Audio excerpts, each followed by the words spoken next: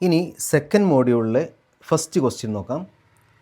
A pentagonal pyramid of base side 30 mm and axis 60 mm rests on a corner of its base on the HP such that its apex is 55 mm above the ground.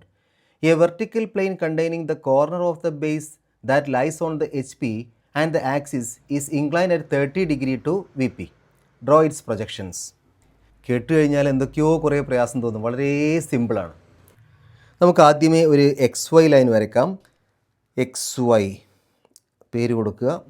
ഇനി നമ്മൾ simple പൊസിഷനാണ് ആദ്യം വരയ്ക്കേണ്ടത്. Simple position വരയ്ക്കുമ്പോൾ പലപ്പോഴും കുട്ടികൾക്ക് ഉണ്ടാകുന്നൊരു സംശയമാണ്, ഇതിൻ്റെ ഈ XY ആക്സിസിൻ്റെ താഴെയാണോ ഈ ബേസിൻ്റെ ഭാഗം വരയ്ക്കേണ്ടത് അതോ മുകളിലാണോ വരയ്ക്കേണ്ടത്? ഇപ്പോൾ ഇതാണ് ഒരു പെൻറ്റഗണൽ പിരമിഡ്. ഇതിൻ്റെ അടിഭാഗം നോക്കൂ, പെൻറ്റഗൺ ഷേപ്പാണ്. പിന്നെ മുകൾ ഭാഗത്ത് ഒരു കൂർത്ത ഭാഗവും, അതിനെയാണ് പിരമിഡ് എന്ന് പറയുക. ഈ പിരമിഡും പ്രിസവും തമ്മിൽ മാറിപ്പോരുതേ. പ്രിസം എന്ന് പറയുമ്പോൾ രണ്ട് ഭാഗത്തും ഒരേ ഷേപ്പാണ് ഉണ്ടാവുക. അപ്പോൾ ഇതാണൊരു പ്രിസം, ഇത് ട്രയാങ്കുലർ പ്രിസമാണ്. മുകൾ ഭാഗത്ത് ട്രയാങ്കിൾ, താഴെ ഭാഗത്തും ട്രയാങ്കിൾ. അപ്പോൾ ഈ സൈഡിൽ റെക്റ്റാങ്കിളാണ് വരിക. പ്രിസത്തിൻ്റെ ഒക്കെ സൈഡ് ഭാഗം റെക്റ്റാങ്കിൾ ആയിരിക്കും വരിക. പിരമിഡിൻ്റെ സൈഡ് ഭാഗം ട്രയാങ്കിളാണ് വരിക. ഉണ്ടോ, ഇവിടെയൊക്കെ ഒരു ട്രയാങ്കുലർ ഷേപ്പല്ലേ സൈഡ്. പലപ്പോഴും കുട്ടികൾക്ക് പ്രിസവും പിരമിഡും തമ്മിൽ മാറിപ്പോവാറുണ്ട് വരയ്ക്കുന്ന സമയത്ത്. പരീക്ഷയ്ക്ക് പെട്ടെന്ന് ചോദ്യമൊക്കെ വായിച്ച് വരയ്ക്കുമ്പോൾ പിരമിഡ് ചോദിച്ചാൽ പ്രിസം വരയ്ക്കും, പ്രിസം ചോദിച്ചാൽ പിരമിഡ് വരയ്ക്കും. അങ്ങനെയാകുമ്പോൾ മാർക്കൊന്നും കിട്ടില്ല. അതുകൊണ്ട് വളരെയധികം ശ്രദ്ധിക്കണം, പിരമിഡാണോ പ്രിസാണോ എന്നുള്ളത്. ശരി, ഇവിടെ നമുക്ക് സിമ്പിൾ പൊസിഷൻ വരയ്ക്കാം. സിമ്പിൾ പൊസിഷൻ വരയ്ക്കുമ്പോൾ പല കുട്ടികൾക്കുള്ള സംശയം, ഇതിൻ്റെ ഈ ഒരു ബേസ് കാണുന്ന അല്ലെങ്കിൽ ഇതിൻ്റെ ഈ അടിഭാഗത്തെ ഈ ഒരു പെൻറ്റഗണൽ ഷേപ്പ് ഉണ്ടല്ലോ, അത് വരയ്ക്കുന്നത് ഈ താഴെ ഭാഗത്ത് വരയ്ക്കുമോ അതോ മുകൾ ഭാഗത്ത് വരയ്ക്കുമോ, എവിടെയാണ് വരയ്ക്കുക എന്നുള്ളത് നോക്കൂ. ചോദ്യം ഒന്ന് ശരിക്കും വായിച്ചു നോക്കിയാൽ മനസ്സിലാക്കാൻ പറ്റും.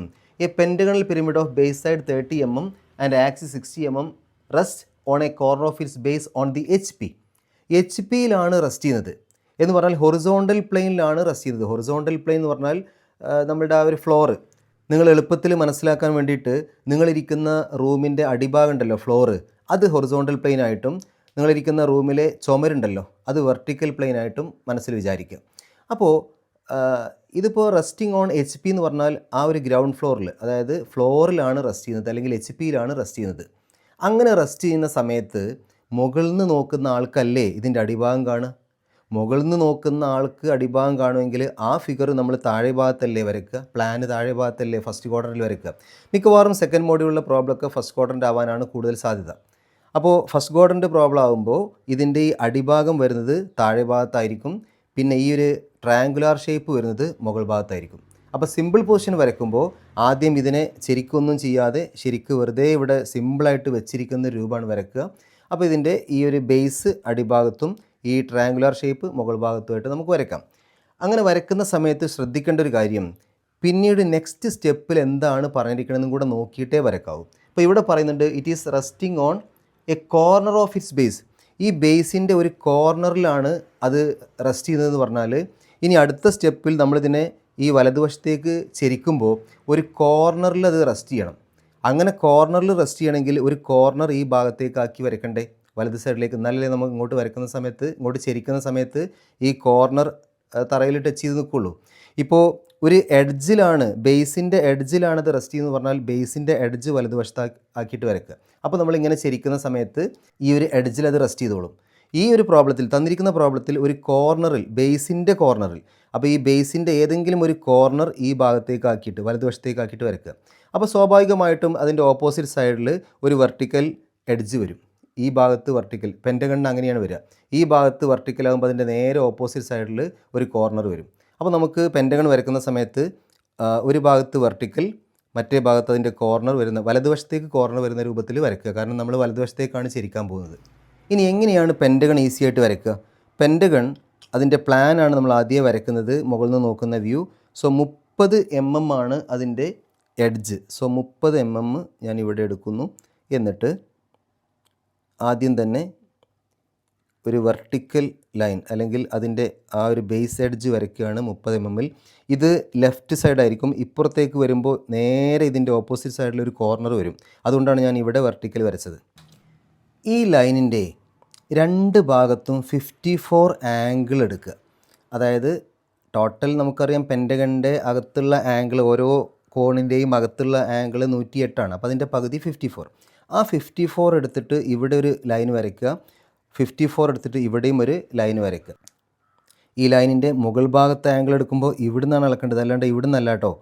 ഈ ഭാഗത്ത് നിന്ന് ഇങ്ങനെ പോന്നിട്ട് 54 ഇവിടെ വരും. അപ്പോൾ നമ്മൾ ആ 54ലൂടെ ഒരു ലൈൻ വരയ്ക്കുക. ഇതേപോലെ ഈ ലൈനിൻ്റെ ഈ ഭാഗത്തും 54 എടുത്തിട്ട് ഒരു ലൈൻ വരയ്ക്കുക. അപ്പോൾ ഒരു ട്രയാങ്കിൾ കിട്ടും. ഈ ഭാഗത്ത് 54 എടുക്കുമ്പോൾ ഈ മുകൾ ഭാഗത്തു നിന്നാണ് അളവ് എടുക്കേണ്ടത്.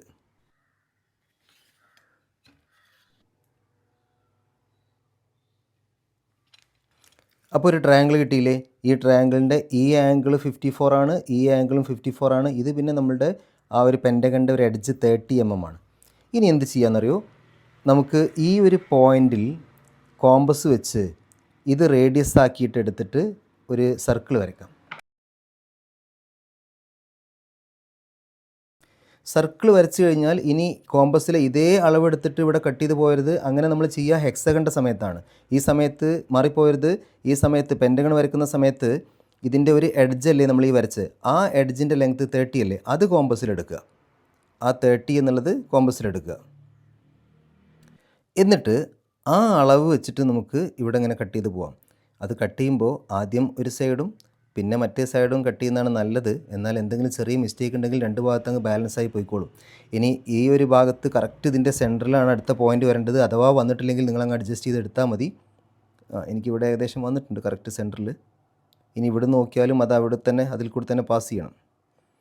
ചിലപ്പോൾ നിങ്ങൾ വരയ്ക്കുന്ന സമയത്ത് ഇവിടുന്ന് വരയ്ക്കുമ്പോഴും ചെറിയ വ്യത്യാസം വരും. അതങ്ങ് അഡ്ജസ്റ്റ് ചെയ്ത് കറക്റ്റ് സെൻറ്ററിലായിട്ട് എടുക്കുക.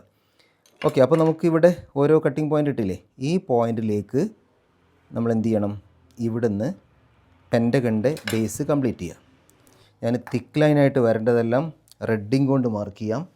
തിൻ ലൈനായിട്ട് വരുന്നതെല്ലാം ബ്ലാക്കിങ് കൊണ്ട് മാർക്ക് ചെയ്യാം. നിങ്ങൾ വരയ്ക്കുമ്പോൾ പെൻസിലേ ഉപയോഗിക്കാവൂ, പേന ഉപയോഗിക്കരുത്.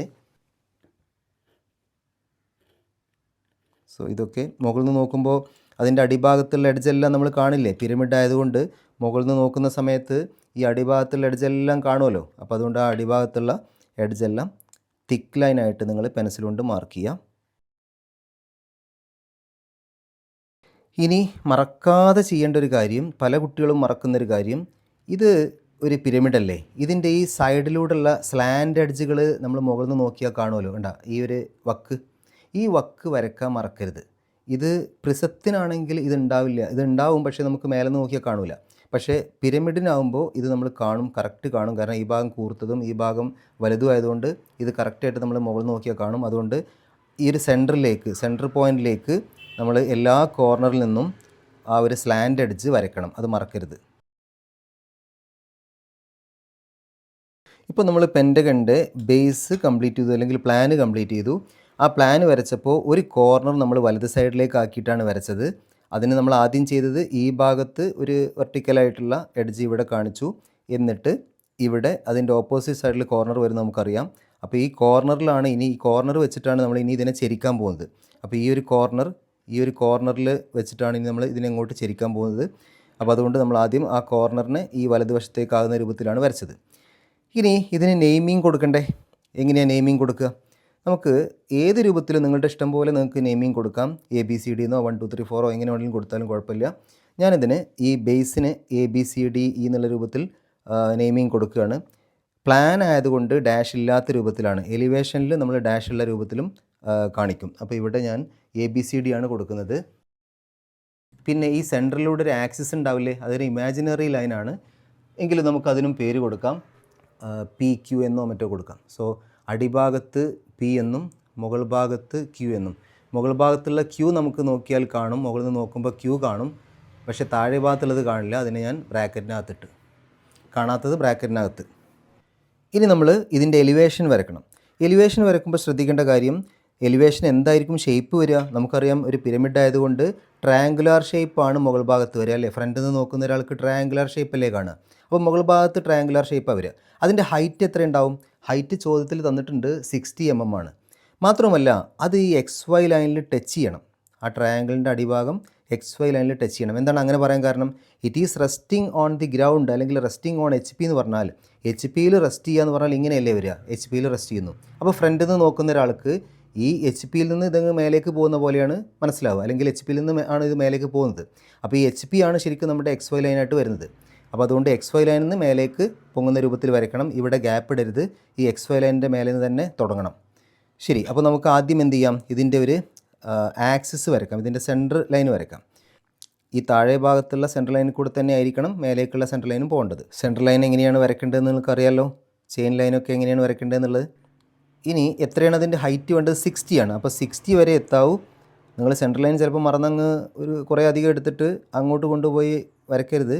60 ആണ്, 60 mm. സോ 6 സെൻറ്റിമീറ്റർ, 60 mm ഇവിടെ വരെയാണ് എത്താവൂ. ഈ ഭാഗത്തേക്ക് ട്രയാങ്കിൾ കംപ്ലീറ്റ് ചെയ്യണം. അപ്പോൾ അതിന് നമുക്ക് താഴെ നിന്ന് പ്രൊജക്റ്റ് ചെയ്യണം അല്ലേ. ഈ താഴെ ഈ എ ബി എന്നുള്ള ഈ 2 കോർണറിൽ നിന്നും ഇങ്ങോട്ട് പ്രൊജക്റ്റ് ചെയ്ത് കഴിഞ്ഞാൽ ഇവിടെ വരെ എത്തും. പിന്നെ ഈ സിയും ഇയും നേരെ ഓപ്പോസിറ്റ് സൈഡിലാണ് വരിക. അവിടുന്ന് പ്രൊജക്റ്റ് ചെയ്യാം, അതിവിടെ കിട്ടും. ഡി എന്നുള്ള പിന്നെ സിംഗിൾ പോയിൻ്റാണ്, അവിടുന്ന് മേലേക്ക് പ്രൊജക്റ്റ് ചെയ്യുക, അതിവിടെ കിട്ടും. ഇനി ഇത് എക്സ്ട്രീം ലെഫ്റ്റും ഇത് എക്സ്ട്രീം റൈറ്റുമാണ്. അപ്പോൾ ഫ്രണ്ടിൽ നിന്ന് നോക്കുന്ന ഒരാൾക്ക് എന്തായാലും ഈ ലെഫ്റ്റിൽ നിന്നും റൈറ്റിൽ നിന്നുമുള്ള സ്ലാൻഡ് എഡ്ജുകൾ എന്തായാലും കാണും. അതായത് ഈ ബി ക്യു എന്ന് പറയുന്ന ഈ സ്ലാൻഡ് എഡ്ജ് കാണും, അതേപോലെ തന്നെ ഡി ക്യു എന്ന് പറയുന്ന സ്ലാൻഡ് എഡ്ജും കാണും. കാണുന്ന എഡ്ജുകളെല്ലാം തിക്കായിട്ടും കാണാത്തത് ഡാഷ് ലൈനായിട്ടുമാണ് നമ്മൾ കാണിക്കുക. ബി ക്യു ആണ് ഇപ്പോൾ ഇവിടെ നമ്മൾ കാണിച്ചത്. നമുക്കവിടെ ബി ഡാഷ് ക്യു ഡാഷ് എന്ന് മാർക്ക് ചെയ്യാം. B dash Q dash. അതേപോലെ ഡി ക്യു ആണ് ഈ side, so D dash Q dash. ഈ എ എങ്ങനെയാണ് കാണിക്കുക? ബിയുടെ നേരെ ഓപ്പോസിറ്റ് സൈഡിലാണ് എ വരുന്നത്. നമ്മൾ ഇവിടെ നിന്നാണ് നോക്കുന്നത്. ഈ ഭാഗത്ത് നോക്കുമ്പോൾ ബിയുടെ ഓപ്പോസിറ്റ് സൈഡിൽ ബാക്കിലാണ് എ വരുന്നത്. ഇപ്പോൾ നിങ്ങൾ നോക്കിയേ, ഇങ്ങനെ വെച്ച് കഴിഞ്ഞാൽ ഇവിടെ നമുക്ക് ഒരു എഡ്ജ് ഉണ്ട്, ഇതിൻ്റെ ബാക്ക് സൈഡിലാണ് ഈ എഡ്ജ് വരിക. അപ്പോൾ ഇവിടുന്ന് നോക്കുന്ന ഒരാൾക്ക് ഇത് കാണും, പക്ഷേ ഇതതിൻ്റെ ബാക്കിലായതുകൊണ്ട് കാണില്ല. അതുകൊണ്ട് ഈ എയിൽ നിന്ന് പോകുന്ന ഈ സ്ലാൻഡ് എഡ്ജ് കാണില്ല. അപ്പോൾ അത് നമുക്കവിടെ ഇമാജിനറി ആയിട്ട് അതിൻ്റെ ബാക്കിലുണ്ട്. പക്ഷേ ഇവിടെ നമ്മളൊരു സോളിഡ് ലൈൻ വരച്ചുകൊണ്ട് അത് ഡാഷ് ലൈനായിട്ട് വരയ്ക്കാനൊന്നും പറ്റില്ല. ആ എ എന്നുള്ളത് മാത്രം നമുക്കിവിടെ മാർക്ക് ചെയ്യാം, എ ഡാഷ്. മുകൾ ഭാഗത്തുള്ളതെല്ലാം ഡാഷ്, താഴെ ഭാഗത്തുള്ളത് ഡാഷ് ഇല്ലാത്ത രൂപത്തിലുമാണ് എഴുതേണ്ടത്. സ്മാൾ ലെറ്റേഴ്സാണ് ഉപയോഗിക്കേണ്ടത്. ഇനി ഈ സി ക്യു കാണൂലേ? ഇപ്പോൾ ഫ്രണ്ടിൽ നിന്ന് നോക്കുന്ന ഒരാൾക്ക് ഇതാണല്ലോ ഈ കോർണർ, ഡി എന്നുള്ള കോർണർ ഇതാണ്. അപ്പോൾ ഈ കാണുന്ന സ്ലാൻഡ് എഡ്ജ്, ഈ സ്ലാൻഡ് എഡ്ജ് എന്തായാലും കാണും. ഫ്രണ്ടിൽ നിന്ന് ഇവിടെ നിന്ന് നോക്കുന്ന ഒരാൾക്ക് ഈ സ്ലാൻഡ് എഡ്ജ് കാണും. സോ സി ക്യു കാണും. പക്ഷേ ഇതിൻ്റെ നേരെ ഓപ്പോസിറ്റ് സൈഡിൽ ഇവിടെ ഒരു എഡ്ജ് ഉണ്ട്, ഇത് കാണില്ല. ഇതിൻ്റെ ഈ ഒരു സോളിഡിൻ്റെ അല്ലെങ്കിൽ ഈ പിരമിഡിൻ്റെ ബാക്ക് സൈഡിലായതുകൊണ്ട് ഇവിടുന്ന് നോക്കുന്ന ഒരാൾക്ക് ഇത് കാണില്ല, ഈ ഭാഗത്ത് നോക്കുന്ന ഒരാൾക്ക് ഇത് കാണില്ല. അതുകൊണ്ട് തന്നെ ഈ ക്യു കാണൂല. പക്ഷേ ഇ ക്യുവിൻ്റെ നേരെ മേലെ തന്നെ ആയിട്ടായിരിക്കും ഈ സി ക്യു വരിക. അതുകൊണ്ട് സി ക്യു വരച്ചു കഴിഞ്ഞാൽ പിന്നെ അതതിൻ്റെ ബാക്കിലുണ്ടെന്ന് സങ്കല്പിച്ചാൽ മതി. നമുക്കിവിടെ ഈ ഒരു സി ക്യു വരയ്ക്കാം. So C dash Q dash. ഇനി ഇ ഡാഷ് ക്യു ഡാഷ്, അത് പിന്നെ ഇതിൻ്റെ ബാക്കിലായതുകൊണ്ട് നമുക്കിവിടെ ഇ ഡാഷ് എന്ന് ബ്രാക്കറ്റിൽ എഴുതാം. ഇതിൻ്റെ ആക്സിസ് ഇവിടെ നമ്മൾ പി ക്യു എന്ന് എഴുതിയിരുന്നു. അതിൽ പി അടിഭാഗത്തും ക്യു മുകൾ ഭാഗത്തും, ക്യു മുകൾ ഭാഗത്ത് പി അടിഭാഗത്ത്. സോ അവിടെ പി ഡാഷ് എന്ന് എഴുതാം. അത് നമുക്ക് ഫ്രണ്ട് വ്യൂവിലും കാണൂല, സോ അതിന് ബ്രാക്കറ്റിനകത്തിടാം. ഇതോടുകൂടെ സിമ്പിൾ പൊസിഷൻ കംപ്ലീറ്റ് ആയി. ഇനി ഇതിൻ്റെ ഡയമെൻഷനിങ് ആണ്, അത് നമുക്ക് ലാസ്റ്റ് ചെയ്യാം. ഇനി അടുത്തത് എന്താണ് പ്രോബ്ലത്തിൽ പറയുന്നത്? It's apex is 55 mm above the ground. Apex എന്ന് പറഞ്ഞാൽ ഈ കൂർത്ത ഭാഗത്തെയാണ് പറഞ്ഞത് അപ്പെക്സ് എന്നുള്ളത്. അത് ഇപ്പോൾ നമ്മൾ ആദ്യം വെച്ചിരിക്കുന്ന സിമ്പിൾ പൊസിഷൻ എന്ന് പറഞ്ഞാൽ ഇങ്ങനെ വെച്ചത്. ഈ സമയത്ത് ഇതിൻ്റെ അടിഭാഗത്ത് നിന്ന് ഈ അപ്പെക്സിലേക്കുള്ള ഹൈറ്റ് എത്രയായിരിക്കും? 60 അല്ലേ, ഹൈറ്റ് തന്നിട്ടുണ്ടല്ലോ. എന്നാൽ പ്രോബ്ലത്തിൽ പറയുന്നത് ഇനി ഇതിനെ നമ്മൾ ചെരിക്കുമ്പോൾ ഈ അപ്പെക്സ് 55 ആവണം. അപ്പോൾ കുറച്ച് ഇങ്ങോട്ട് ചെരിച്ചാലല്ലേ ഈ ഹൈറ്റ് 55 ആവുക.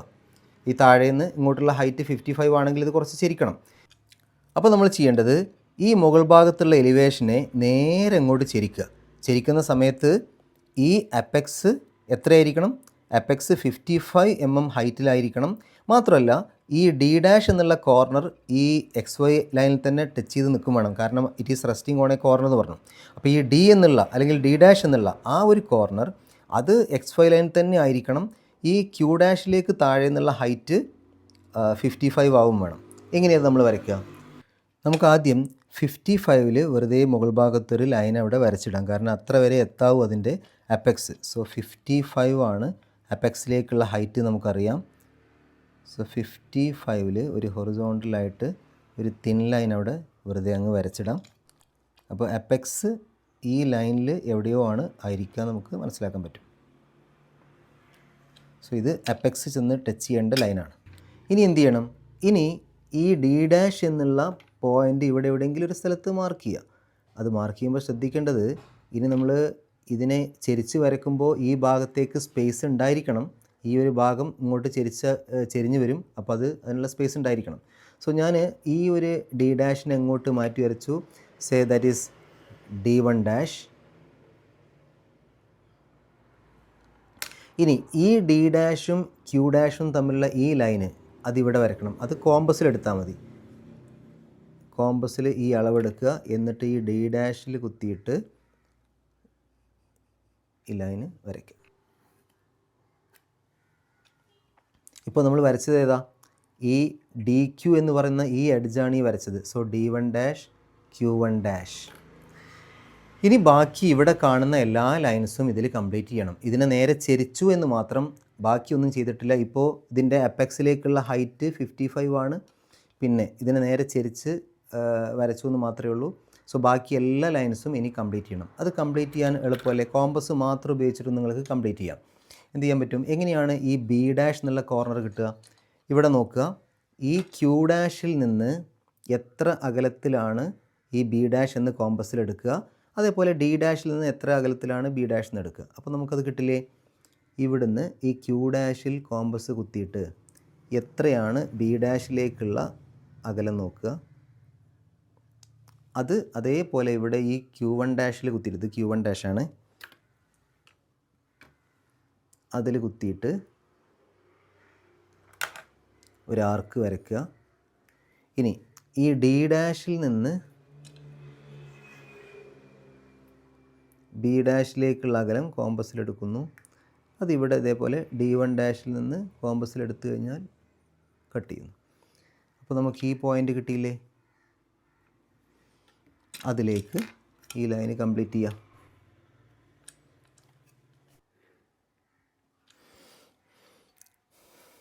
അപ്പോൾ ഈ കോർണർ ഏതായിരുന്നു?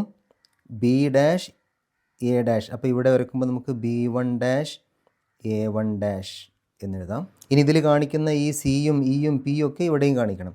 അപ്പോൾ ഇവിടെ ഈ C'-ഉം P ഒക്കെ കിട്ടാൻ വേണ്ടി ഒന്നുകിൽ കോമ്പസിലെടുക്കുക അല്ലെങ്കിൽ സ്കെയിലെടുക്കുക. ഞാനിവിടെ സ്കെയിലെടുക്കുന്നു.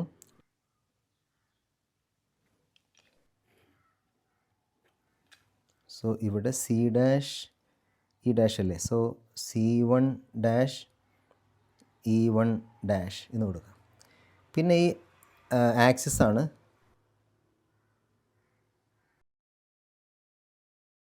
ഇപ്പോൾ നമ്മൾ ശരിക്കും എന്താ ചെയ്തത്? ഈ കാണുന്ന ഈ ഒരു ട്രയാങ്കുലർ ഷേപ്പുള്ള ഈ ഒരു ഡയഗ്രാം ഇതേപോലെ ഇങ്ങോട്ട് പറിച്ച് നട്ടു. ആകെ ഒന്ന് ചെരിച്ചു എന്ന് മാത്രം, അളവിലൊന്നും ഒരു വ്യത്യാസം വരുത്തിയിട്ടില്ല. ഇതിനെ നേരെ ഇങ്ങോട്ട് മാറ്റി വരച്ചു, ഒന്ന് ചെരിച്ച് വരച്ചിട്ടുണ്ട്. എന്താ ചെരിക്കാൻ കാരണം? ഈ കാണുന്ന അപ്പെക്സ്, ഈ Q1' ഇത് XY ആക്സിൽ നിന്ന് 55 ഉയരത്തിലായിരിക്കണമെന്ന് ചോദ്യത്തിൽ പറഞ്ഞിട്ടുണ്ട്. ഇപ്പോൾ ഇത് 60 ഉയരത്തിലാണ്, കാരണം അതിൻ്റെ ഹൈറ്റ് 60 ആണ്. ഇങ്ങോട്ട് എത്തുമ്പോൾ അത് 55ലേക്ക് മാറണം. ഇപ്പോൾ ഇതിൻ്റെ പ്ലാൻ എങ്ങനെ ഉണ്ടാവും?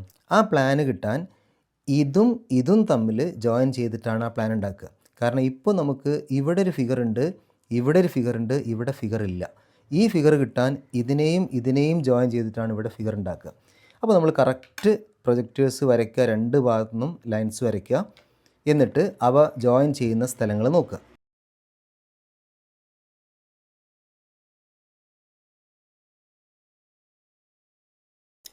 ഇനി ഇവിടെ എങ്ങനെയാണ് പോയിൻ്റ് കിട്ടുക? വളരെ ഈസിയാണ്. നോക്കൂ,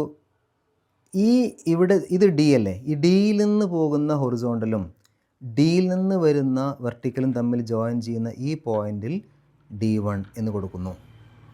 അതേപോലെ Qവിൽ നിന്ന് പോകുന്ന ഹൊറിസോണ്ടലും Qവിൽ നിന്ന് വരുന്ന വെർട്ടിക്കലും തമ്മിൽ ജോയിൻ ചെയ്യുന്ന സമയത്ത് Q1 എന്ന് കൊടുക്കുന്നു. അതേപോലെ മൊത്തം എല്ലാ പോയിൻറ്റും Aയിൽ നിന്ന് വരുന്ന പോയിൻ്റ്, ഇവിടെ Aയിൽ നിന്ന് വരുന്ന വെർട്ടിക്കൽ രണ്ടും തമ്മിൽ മീറ്റ് ചെയ്യുന്ന സ്ഥലത്ത് A1.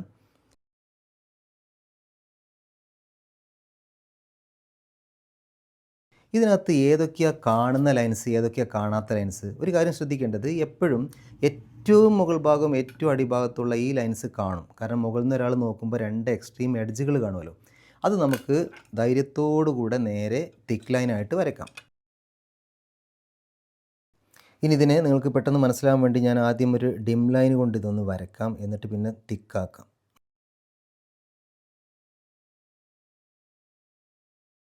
ശരി, ഇതിൻ്റെ ഈ അടിഭാഗത്ത് കാണുന്ന ഈ ഒരു ഷേപ്പിൻ്റെ ഏതൊക്കെ ഭാഗം നമ്മൾ കാണാം? ഏറ്റവും മുകളിൽ നിന്ന് നോക്കുന്ന ഒരാൾക്ക് ഇതിൻ്റെ ഏറ്റവും ഈ സൈഡ് എഡ്ജ് കാണില്ലേ? അതായത് ഈ ഒരു പിരമിഡിനെ ആദ്യം നമ്മൾ ഇങ്ങനെ വെച്ചു, എന്നിട്ട് ഇങ്ങോട്ട് ചെരിക്കുമ്പോൾ, വലതുവശത്തേക്ക് ചെരിക്കുമ്പോൾ ഏറ്റവും ലെഫ്റ്റ് സൈഡിൽ വരുന്ന ഈ ഒരു വക്കുകൾ കാണും. അതാണ് ഈ വക്കുകൾ. ഏറ്റവും ലെഫ്റ്റ് സൈഡിൽ വരുന്ന ഭാഗമാണ് ഇത്. അത് കാണും. അതേ സമയത്ത് ബാക്കിയുള്ളത് കാണില്ല. ബാക്കിയുള്ളതിൻ്റെ അടിയിലേക്ക് പോയി, അതായത് ഈ ഭാഗം കാണൂല. അപ്പോൾ നമ്മൾ വരയ്ക്കുമ്പോൾ ഈ 3 ലൈന് അത് തിക്കാക്കണം. ഈ 2 ലൈനുകൾ മുകളിൽ നിന്ന് നോക്കിയാൽ നമ്മൾ കാണൂല, അത് ഡാഷ് ലൈനായിട്ട് വരയ്ക്കുക. ഇനി ഈ 2 ലൈനും ഡാഷ് ലൈൻ ആണെങ്കിൽ അതിൻ്റെ സെൻറ്ററിൽ നിന്ന് പോകുന്ന ഈ ലൈനും ഡാഷ് ലൈൻ ആയിരിക്കൂലേ, ഡി ക്യു. എന്നാൽ എയിൽ നിന്ന് പോകുന്ന ക്യൂയിലേക്ക് പോകുന്ന സ്ലാൻഡ് എഡ്ജും ബിയിൽ നിന്ന് പോകുന്ന സ്ലാൻഡ് എഡ്ജും അത് മുകളിലല്ലേ? അതായത് ഈ ഒരു എയിൽ നിന്ന് പോകുന്ന സ്ലാൻഡ് എഡ്ജും ഈ ബിയിൽ നിന്ന് പോകുന്ന ഈ സ്ലാൻഡ് എഡ്ജും, ഈ 2 സ്ലാൻഡ് എഡ്ജും മുകളിൽ നിന്ന് നോക്കുന്ന ആൾക്ക് കാണൂലേ? അപ്പോൾ അതുകൊണ്ട് എയിൽ നിന്ന് പോകുന്ന സ്ലാൻഡ് എഡ്ജ് തിക്കാക്കണം, ബിയിൽ നിന്ന് പോകുന്ന സ്ലാൻഡ് എഡ്ജും തിക്കാക്കുക. ഇതോടുകൂടെ stage 2, stage 1, stage 2 simple portion വരച്ചു. അതേപോലെ ഒരു കാര്യം ചെയ്തു. ഇനി അടുത്ത ഒരു കാര്യം കൂടെ പ്രോബ്ലത്തിൽ പറയുന്നുണ്ട്, മൂന്നാമത്തെ സെറ്റ് ഫിഗർ വരയ്ക്കാൻ വേണ്ടിയിട്ട്. A vertical plane containing the corner of the base that lies on the HP and the axis is inclined at 30 degree to VP. ആ പറഞ്ഞത് എന്താണെന്ന് മനസ്സിലായോ? അതായത് ഇതിൻ്റെ കോർണർ, തറയിൽ ടച്ച് ചെയ്ത് നിൽക്കുന്ന കോർണർ ഡി എന്നുള്ള കോർണർ അല്ലേ? ഈ ഡി എന്നുള്ള കോർണറിലാണല്ലോ നമ്മളിതിനെ ചരിച്ചത്. അപ്പോൾ ആ ഒരു ഡി എന്നുള്ള കോർണറിലൂടെയും ഈ ആക്സിസിലൂടെയും കൂടെ പാസ് ചെയ്യുന്ന ഒരു പ്ലെയിൻ നിങ്ങൾ മനസ്സിൽ സങ്കല്പിക്കുക, ഒരു വെർട്ടിക്കൽ പ്ലെയിൻ. ഇതാണ് ആ പ്ലെയിൻ എന്ന് വിചാരിക്കുക. ഇതാണ് ആ പ്ലെയിൻ. ഈ പ്ലെയിൻ ഇപ്പോൾ ഡി എന്നുള്ള കോർണറിലൂടെയും പോകുന്നുണ്ട്, ആക്സിസിലൂടെയും പോകുന്നുണ്ട്. ഈ പ്ലെയിൻ 30 ഡിഗ്രി ഇൻക്ലൈൻഡ് ആണെന്നാണ് പറഞ്ഞത്. അപ്പോൾ ഈ ഒരു പ്ലെയിനിനെ, അല്ലെങ്കിൽ ഇതിലൂടെ പോകുന്ന ഈ ലൈനിനെ 30 ഡിഗ്രി ചെരിക്കണം. അപ്പോൾ നമ്മൾ ആദ്യം 30 ഡിഗ്രി ചെരിച്ചൊരു വര ഇവിടെ വരയ്ക്കുക. എന്നിട്ട് ആ വരയിലേക്ക് ഈ കാണുന്ന ഈ ലൈനിനെ കൊണ്ടുപോവുക.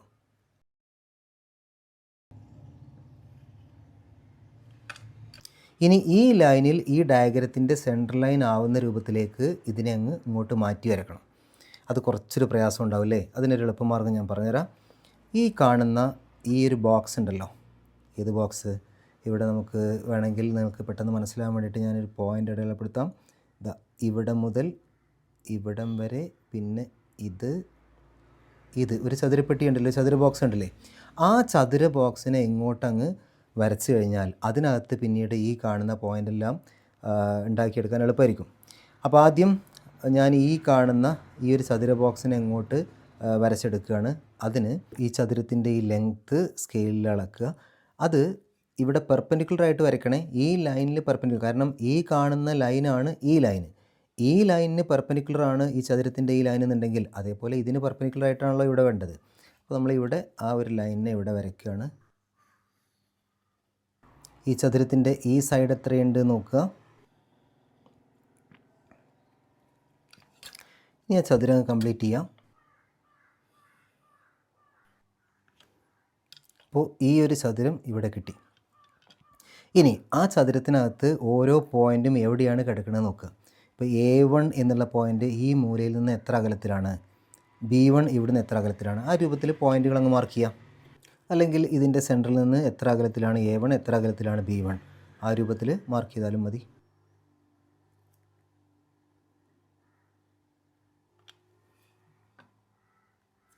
A1 B1 അതിങ്ങോട്ട് അടുത്ത ഫിഗർ ആയതുകൊണ്ട് നമ്മൾ A2 B2 എന്ന് മാർക്ക് ചെയ്യുന്നു.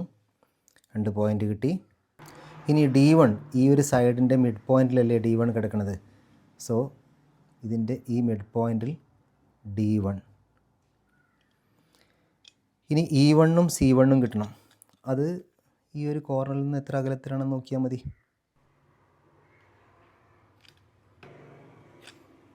സോ D2 ആണ് ഇത്. സോ E2 ആൻഡ് C2 കിട്ടി. ഇനി D1ൽ നിന്ന് എത്ര അകലത്തിലാണ് Q1, അത് കോമ്പസിൽ എടുത്താലും മതി. P1 ആണ്. P2 കിട്ടി. ഇപ്പോൾ ഇവിടെയുള്ള എല്ലാ പോയിൻറ്റുകളും ഇങ്ങോട്ട് കിട്ടിയില്ലേ? ഇനി ഇതുപോലെ തന്നെ ഫിഗർ ഇവിടെ അങ്ങ് വരയ്ക്കുക.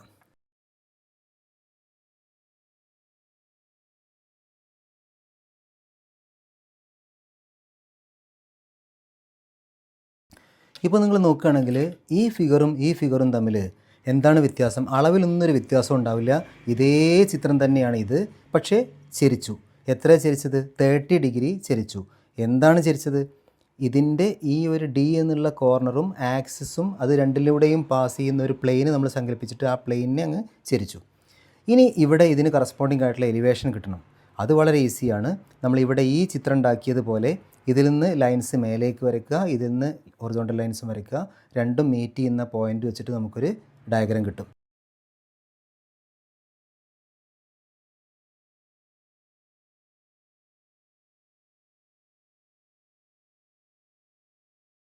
ഇനി കറസ്പോണ്ടിങ് പോയിന്റുകൾ മാർക്ക് ചെയ്യുക. താഴെ ഭാഗത്തുനിന്ന് A2ൽ നിന്നൊരു ലൈൻ ഇതാ മേലേക്ക് വരുന്നു. ഇവിടുന്ന് എയിൽ ഒരു ലൈൻ, A1ൽ നിന്ന് ലൈൻ വരുന്നു. അപ്പോൾ A തമ്മിൽ മീറ്റ് ചെയ്യുന്ന സ്ഥലത്ത് നമുക്കിവിടെ A2 ഡാഷ് എന്ന് കൊടുക്കാം. മുകൾ ഭാഗത്ത് മാർക്ക് ചെയ്യുന്നതൊക്കെ ഈ താഴെ ഭാഗത്തുള്ള പോയിൻറ്റിൻ്റെ ഡാഷ് വെച്ചിട്ട് ഇവിടെ A, ഇവിടെ A ഡാഷ്, ഇവിടെ A1 ഡാഷ്, ഇവിടെ A2 ഡാഷ്, അങ്ങനെ ആ രൂപത്തിൽ ഇവിടെ ഉള്ളതിൻ്റെ ഡാഷുള്ള രൂപത്തിലുള്ള ലെറ്റേഴ്സാണ് മുകൾ ഭാഗത്ത് വരിക. സോ A2ൽ നിന്നൊരു ലൈന്, ഇവിടുന്ന് Aയിൽ നിന്ന് ലൈന്, സോ ഇത് A2 ഡാഷ്. ഇനി B.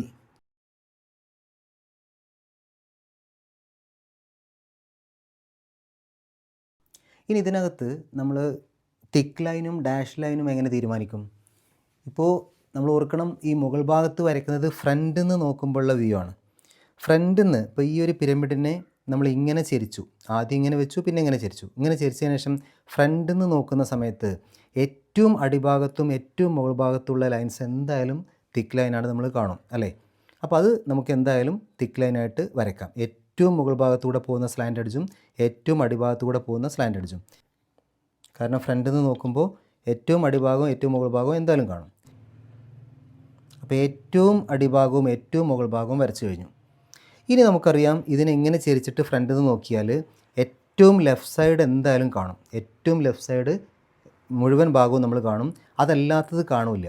അപ്പോൾ ഈ ഒരു ഡയഗ്രത്തിൻ്റെ ഏറ്റവും ലെഫ്റ്റ് സൈഡ് എന്ന് പറഞ്ഞാൽ BCD അല്ലേ, ഈ ഒരു ഭാഗം കാണും. അപ്പോൾ അത് നമുക്ക് തിക്ക് ലൈൻ ആക്കാം. ഇനി ഇതല്ലാത്ത എഡ്ജുകളൊന്നും കാണൂല, അല്ലേ? ഇതിനെങ്ങോട്ട് ഈ ഭാഗത്തേക്ക് സൈഡിലേക്ക് ചെരിച്ചിട്ട് ഫ്രണ്ടിൽ നിന്ന് ഒരാൾ നോക്കുമ്പോൾ ഏറ്റവും ലെഫ്റ്റ് സൈഡിലുള്ളത് കാണും, പക്ഷേ ഈ ലെഫ്റ്റ് സൈഡ് ഒഴികെ ബാക്കിയുള്ളതൊന്നും കാണില്ല. ഈ ഏറ്റവും ലെഫ്റ്റ് സൈഡിലുള്ള ഈ എഡ്ജ് കാണും, ബാക്കിയുള്ള എഡ്ജുകൾ കാണില്ല. അപ്പോൾ ബാക്കിയുള്ള എല്ലാ എഡ്ജുകളും, ബേസിൻ്റെ ബാക്കിയുള്ള എല്ലാ എഡ്ജുകളും ഡാഷ് ലൈൻ ആക്കുക, ഹിഡൻ ആക്കുക.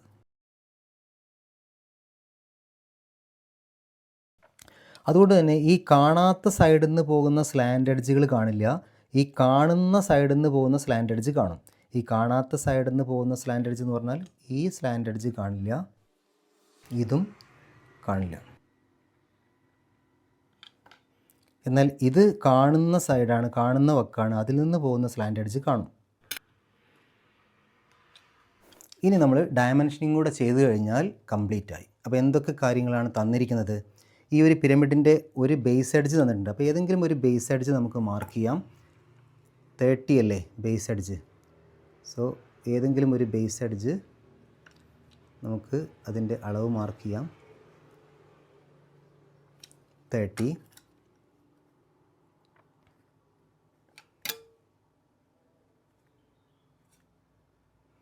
പിന്നെ ഹൈറ്റ് 60 തന്നിട്ടുണ്ട്. സോ ഇതിൻ്റെ ഹൈറ്റ് മാർക്ക് ചെയ്യണം.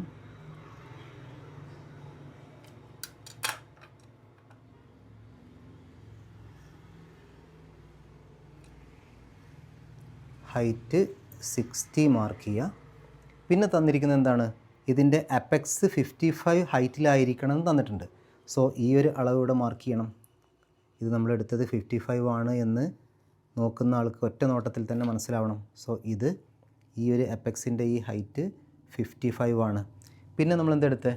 ഇതിൻ്റെ ഈ ഒരു ആംഗിൾ 30 ഡിഗ്രി ആയിട്ടാണ് നമ്മൾ എടുത്തത്. അത് അങ്ങനെ എടുക്കാൻ വേണ്ടി പറഞ്ഞിട്ടുണ്ട്. സോ ഇത് 30 ഡിഗ്രി എന്നുള്ളത് ഇവിടെ മാർക്ക് ചെയ്യണം. ഇനി all dimensions are in mm എന്ന് എഴുതി വെക്കണം. ഇത്രയും ആയിക്കഴിഞ്ഞാൽ ഡ്രോയിങ് കംപ്ലീറ്റ് ആയി. ഇനി നമുക്ക് അടുത്തൊരു ഡ്രോയിങ് അടുത്ത വീഡിയോയിൽ ചെയ്യാം.